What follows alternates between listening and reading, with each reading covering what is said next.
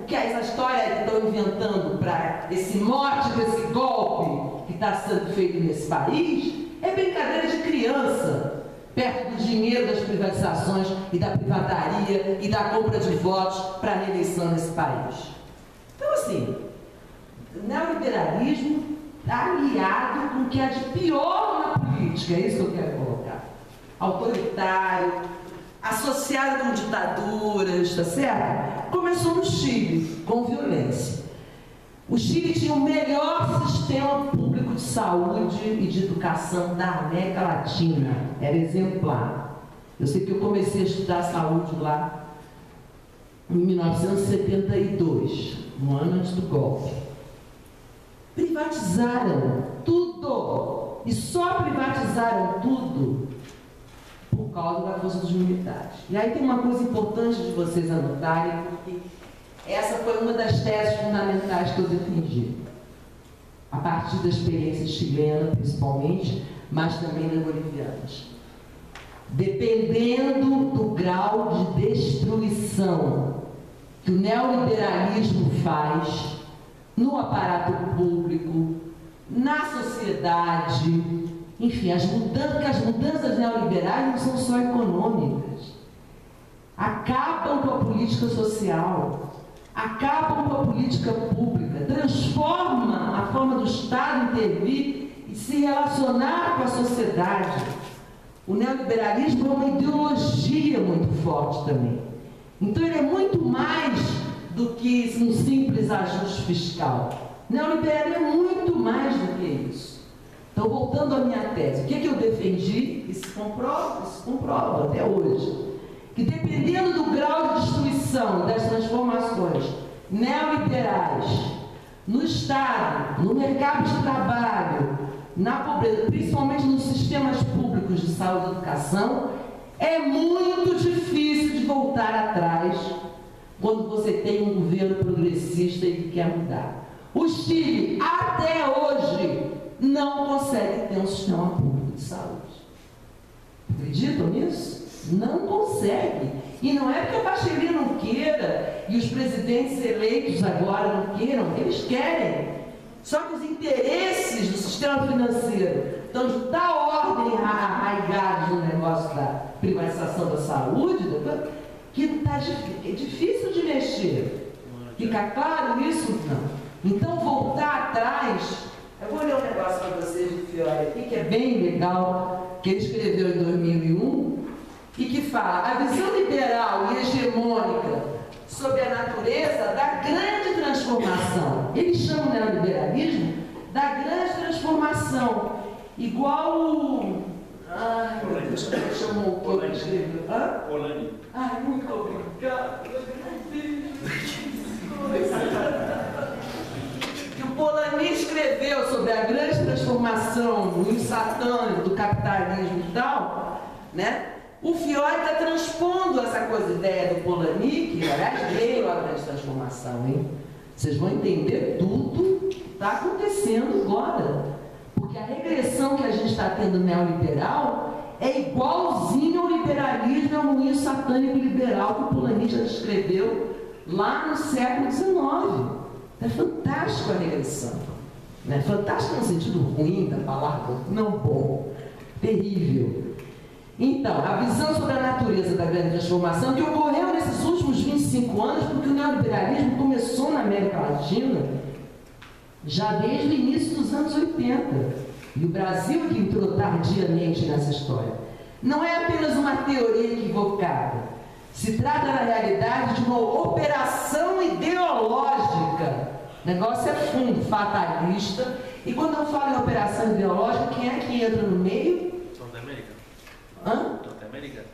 No, una operazione ideologica. Quem são os principais agentes da operação ideológica neoliberal na América Latina? Mídia. Quem falou? Alguém falou na mídia? Ninguém falou. É a mídia. Certo? É a mídia, companheiro. É a televisão e o jornal massacrando noite e dia. Você não consegue fazer xixi no banheiro sem ficar ouvindo aquele negócio. Tá certo? Você ouve aquilo 24 horas por dia. Acaba entrando. É o que ele chama da operação ideológica fatalista, conservadora e desmobilizadora de toda e qualquer luta por uma alternativa popular ao neoliberalismo. E em todos os países onde nós conseguimos ganhar na América Latina uma alternativa popular, progressista, gostemos ou não, vocês sabem que o Pepe Mujica, que é o nosso herói, ele é hipercriticado no Uruguai. Vocês estão pensando que ele tem vida fácil lá? Os uruguaios metem o pau nele, que nem a gente metia na Dilma, que não fez isso, não fez aquilo, fez errado, fez o ajuste, não fez o gasto. Vocês estão pensando que é mole? Porque não é mole você fazer uma reversão dessa ordem, especialmente num país como o Brasil, que é maior que o Uruguai. Vamos combinar, né? Mas não importa, faça o que faça, basta ser uma alternativa popular e progressista. Eu não estou nem falando aqui de esquerda, de socialismo, nada disso, nada disso. Uma alternativa popular não neoliberal, vamos combinar assim, uma alternativa não neoliberal, popular e progressista, que eles vêm para cima. Tudo isso que nós estamos assistindo hoje é nada mais do que isso. E a tragédia, e aí eu vou terminar para poder a gente falar um pouco mais de outras coisas, a tragédia é que eles estão, como é que você leu para mim? Que eles estão refazendo o grande plano, né? O grande plano, voltar com a contra-revolução neoliberal. Olha, está sendo chamada de contra-revolução. Quer dizer, é inacreditável. Eles não têm, hoje não tem nem vergonha de falar isso. Nem vergonha. De tal modo, esse projeto foi assumido, tá certo? Por essa coisa. Então, vamos lá. Nessa história, e vamos começar a conceituar um pouco mais. Por que neoliberalismo? O que é neo? Novo, quase, né? Aquela coisa que é, digamos, às vezes pode ser um simulacro do que foi. Então não é um novo liberalismo, ele não chega a ser um novo liberalismo. Ele é um neo, ele é um simulacro do liberalismo. Por que um simulacro? Porque ele só expôs a parte econômica do liberalismo. Porque o liberalismo, por exemplo, americano, ou o liberalismo político, é uma coisa positiva, progressista. Então ele só atendeu o neoliberalismo, né? E fez uma construção ideológica que não tem porra nenhuma a ver com o liberalismo histórico. Vocês leem nos livros de história. Com o liberalismo. Mas tem a ver tudo com o liberalismo econômico. E qual é a tese central do liberalismo econômico? Para a gente ver aqui junto. Que o mercado resolve tudo, certo? A gente entrega para o mercado, ele é superior, certo? Ele saberá fazer as coisas, ele resolverá espontaneamente, né? E que, por definição, o Estado, né, é ineficiente, é gastador e tal, e que você tem que entregar para o mercado, mas deixar para o Estado o quê? Com que o Estado fica, como eu disse, não é? Ele fica mínimo nesse sentido, mas é hipócrita porque, no fundo, ele continua atendendo os interesses do capitalismo. O Menem na Argentina e o Fernando Henrique aqui, como é que chamava o programa de salvação de bancos do Fernando Henrique? Proer. Obrigado. O Proer foi um programa de salvação de bancos, que tem lucros astronômicos que o Fernando Henrique fez com dinheiro público. Isso era para dar 10 impeachment, galera. Tá certo? 10 impeachment no Fernando Henrique. O cara deu dinheiro público para os bancos. Como fez o Obama, como fizeram vários presidentes mundo afora. Né? Mas, banco, isso não se fez. Vocês vão dizer, mas o Lula deixou os bancos. Claro, não é idiota. Você acha que ele ia expropriar os bancos? É socialista, né? Mas salvação não, senhor. A Dilma mesmo disse, vai quebrar? Quebre. Ela não salvou por nenhum. Aliás, ela era mais odiada do que o Lula, por causa disso. Porque ela taxou o capital financeiro. Coisa que o velho Lula não teve coragem. Ela taxou. Não é à toa que odiavam ela na campanha do o pessoal do capital financeiro odeia. Porque ela realmente taxou, aumentou as contribuições sobre o lucro dos bancos. Bem, mas onde é que eu estava? No neoliberalismo e no liberalismo econômico, né? Liberalismo econômico que diz que o mercado pode resolver tudo. Essa é a questão central, é de você entender. Quando você fala de mercado, aí fica essa coisa mercado versus Estado, o que é uma mentira, Isso nunca existiu no capitalismo mundial. Nenhum dos capitalistas desse país, principalmente nos atrasados como os nossos, da América Latina, não há capitalismo no Brasil, tanto que se chama-se capitalismo dependente, periférico, né? E capitalismo de Estado. O Estado brasileiro sempre apoiou o capital. Sempre, desde que nasceu a estrutura, digamos assim. E assim foi no resto do mundo. Não existe tal coisa como mercado puro, de que eu tiro... Porque cresceu, que figuras no mundo cresceram? O monopólio, o oligopólio. Então, para dar um exemplo concreto, junta ali 3 ou 4 supermercados, aí um faz uma promoção aqui, enquanto o outro está fazendo outro aqui, e aí troca de... Gente, e a gente acredita que o cara está fazendo uma promoção, entendeu? Isso é que chama monopólio, oligopólio. Você junta e você controla. Não tem tal coisa como livre concorrência. Tem livre concorrência porra nenhuma. O mercado é controladíssimo por eles, né? E por agente de Estado também. Não é à toa que está agora essa mistura do setor privado. Então você tem o outro debate que é o privado e público, eu já falei. Só que no Brasil, e nos outros países também, né? Teve operação Movimento na Itália, vocês sabem que tem saído muito na empresa, mas nos demais países você tem uma mistura, né? Uma mistura predatória dos Estados. O setor privado entra dentro dos Estados, certo? De forma predatória. O que é de forma predatória? Para detonar, para tirar dinheiro. Não é só a corrupção. Às vezes é até legal, está na lei. Eles constroem as leis. Quem está sentado no judiciário hoje? Quem sempre sentou no nosso judiciário? Isso é outra coisa. O Estado não é o governo, né? O Estado é o judiciário, é o legislativo e é o executivo. É isso que eu estou chamando de Estado. E esse esteve sempre a favor da classe dominante. Ponto. Aonde nós que eu digo, contra essa coisa, tentamos ganhar na América Latina, ganhamos os governos. Mas como vocês estão constatando, nós não ganhamos nem o judiciário, nem o legislativo. Em nenhum lugar na América Latina, e eles são eleitos por conta disso, temos os problemas. Eu trabalhei 2 anos com o governo Olívio Dutra no Rio Grande do Sul, eu era assessor de política social. O orçamento participativo que o Olívio fazia era ilegal. A gente ia para a praça fazer o ato, aí ele ia lá, entregava, fazia todo o ato que tinha que fazer. Todos os atos que ele fez de mudança eram ilegais. O judiciário gaúcho vinha e pau, ilegal. Ele hoje conseguiu se ver livre de todas as coisas que ele tinha contra ele. Então, assim, o Estado não é progressista, não está a fim de fazer essas mudanças.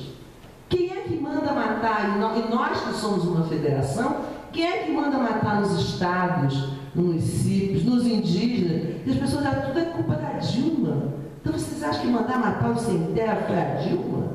Quem mandou matar o sem terra foram os donos da terra, com os capangas, com as polícias do Estado, com autorização judiciária do juiz local. Aliás, não há nada mais reacionário que o local nesse país. É coronelista, é clientelista, tá certo? É corrupto. Que as pessoas acham que o local é puro, que o local é bacana, que é a comunidade. Todos esses conceitos são neoliberais. Olha, nós embarcamos. Eu tenho uma amiga argentina que fez a reconceituação. Então, assim, comunidade participação, né? Contra todas essas palavras, descentralização, foram ressignificadas pelo neoliberalismo. A descentralização neoliberal no Brasil detonou o Sistema Nacional de Serviço Social, detonou o Sistema Nacional de Saúde. Os prefeitos fazem rigorosamente o que querem. Pegam o dinheiro que vem do governo federal e dão para o primo dono da Casa de Saúde. Idem o Bolsa Família na hora do cadastro. Alguma assistência social, estou falando mentira. Cadastra o amigo. Então, essa coisa da descentralização, tem várias palavras que eu defendi a descentralização na Constituição, né? A gente achava que ia mudar o poder. Não muda. Não muda. Ao contrário, os movimentos sociais hoje estão querendo que os direitos humanos passem a ser federais. Quem teve que salvar lá o dedo dos indígenas, não é que chama, não sei o que, da Raposa do Sol, foi o Lula com o governo, com a intervenção federal. Né? Então, para mostrar como esses conceitos mudaram, né? E foram mudando ao longo da coisa. Então, na relação privada, qual foi o outro problema que a gente tem? É a questão do financiamento, né? Do financiamento da política pública e... Então, você tem outra palavra de ordem, além do mercado, mas no neoliberalismo você vai... Eu fui para a Tailândia, abri um jornal que estava lá escrito: ajuste fiscal, superávit fiscal, né? É essa maldita ideia do fiscal, isto é, originário também do neoliberalismo. Porque eles são economistas, por isso que chama neoliberal. Eles são economistas, a gente chama de economistas neoclássicos. São aqueles que defendem o mercado, são aqueles que defendem a não intervenção do Estado. Não é que seja sobre a intervenção, o Estado tem que intervir menos, tem que gastar menos. O problema é o gasto do Estado, não é que a gente ouve todo dia. Eu não ouço porque eu não vejo mais Globo há muito tempo, eu não tenho mais estômago, né? É todo dia essa brincadeira. Então, os neoclássicos dizem isso, quando o Estado gasta muito. Tem um economista inglês do século XIX chamado Keynes que dizia o contrário. E não estou falando Marx, estou falando marxista. Keynes, um bom aristocrata, um bom liberal, né? E que fez toda uma grande teoria que dizia o contrário. Para crescer a economia, o Estado tem que gastar. Ele disse exatamente o contrário do liberalismo econômico, portanto, do neoliberalismo hoje. Não é à toa que um senador lá do Rio, não sei se vocês viram, gravaram no MBL, falou assim: vocês não fizeram impeachment só na Dilma, vocês fizeram impeachment no Keynes. Quer dizer, do economista Keynes, que diz isso: é preciso mais gasto. É o gasto que gera receita. Quem me dá um exemplo de uma política social que está gerando, que está fazendo com que a economia se mova, se mexa? Bolsa Família é um bom exemplo, mas é um exemplo para os miseráveis. Faz uma mobilização embaixo, mas é um exemplo. Mas tem um exemplo muito melhor. Não. A educação, eu não quero associar a educação à renda. Eu gostaria de deixar a educação no lugar que eu acho que ela tem que estar, que não é associada ao mercado. Né? A gente tem que discutir isso aqui na universidade, né? A associação, a educação, ela é um direito por si só, né, para a formação humana. Portanto, nós não estamos aqui só para entrar no mercado. Né? Então, enfim, isso é um outro debate. Mas a educação forma, ela melhora as oportunidades, mas ela não movimenta a economia. A não ser a universidade, aí sim. Pronto. Então, um exemplo ligado à educação. As novas universidades que o Lula criou, as 18, mas as duas da Dilma, movimentaram a economia das cidades. É só olhar. Eu vim a Foz do Iguaçu há 10 anos. Estou completamente espantada. É outra cidade. Né? A própria Unila e tal. Quando as universidades chegam nos locais, Vale de Jequitinhonha, Vale de São Francisco, mudam a realidade da vida das pessoas, não é só a economia. Né? Porque os professores têm que alugar casa, os alunos, então você muda a realidade, a universidade se integra.